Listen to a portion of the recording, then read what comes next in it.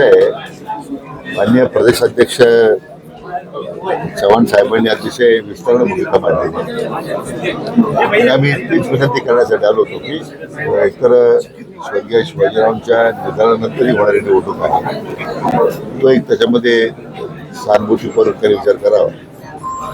आणि दुसरं हे करताना त्यांची जी काही मागणी आहे तालुक्याच्या दृष्टीने,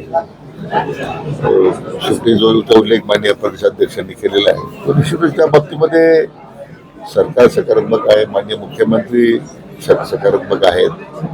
जे 2-3 स्थानिक प्रश्न महत्वाचे होते की मुळा डॅमचा गाळ काढण्याबद्दलचा जो प्रस्ताव होता तो माझ्या खाती संबंधित आहे. मी त्याला अगोदरच आता मी त्याला मान्यता दिलेली आहे आणि बाकी MIDC बद्दल उल्लेख झाला आहे की आम्ही त्यासाठी राहुरीमध्ये व्हावी अशी मागणीच आहे आणि माननीय मुख्यमंत्र्यांसमोर चर्चा झाली.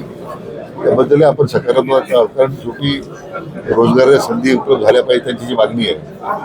पण सगळ्यात महत्त्वाचं की जो KK रेंजेसमधला जो विषय आहे ॲम्युनिशन पार्कमध्ये आरक्षित करण्याबद्दल, राहुरी तालुक्यातल्या शेतकऱ्याच्या जमिनी घेणार आहोत, आरक्षित करणार आहोत, अधिकृत करणार आहोत.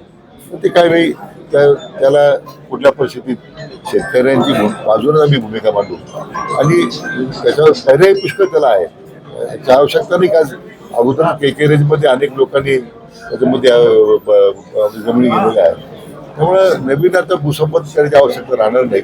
मी स्वतः त्यासाठी प्रदेशाध्यक्ष साहेब होते, आम्ही मुख्यमंत्री महोदयांना विनंती करू आणि ॲम्युनिशन पार्कसाठी आरक्षण आम्ही त्यासाठी ते निश्चितपणे रद्द करू हे आम्ही त्यांना आश्वासन दिलेलं आहे. शरद पवार गटाकडून उमेदवारी देण्याची हालचाली सुरू आहे. आता कोणी कायला उमेदवार द्यायच्या त्या पक्षाची भूमिका असते. आम्ही मात्र प्राजक्तांना तनपुरे साहेबांनी विनंती करणार की आता या पार्श्वभूमीवर तुम्ही सरकार आमच्या भूमिकेशी आमच्या बरोबर राहा अशी विनंती केली आणि तालुक्याच्या विकासाकरता त्यांनी ती भूमिका मांडलेली आहे. उदाहरणार्थ जो MIDC असेल, मुळा धरणाच्या बद्दलचा असेल, ॲम्युनिशन करता जे आरक्षण रद्द करण्याबद्दलचं असेल आणि मला वाटतं आणखीन कारखान्याला NCDC मार्फत जे आपण लोन देत होता, मिसळ सब कमिटीचा मेंबर आहे. शेवटी मान्य मुख्यमंत्र्यांनाच आम्ही विनंती करू. ते सुद्धा अनेक कारखान्यांना आपण मदत केली ना, राहुरी कारखाना सुद्धा निश्चितपणे मदत करू, त्यात काय अडचण येणार नाही असं मला मतदारसंघाच्या पुनर्वसनासोबत राजकीय पुनर्वसन आता तो निर्णय साहेब प्रदेशाध्यक्ष साहेबांनी स्वतः बोलले, अधिकार त्यांचा आहे.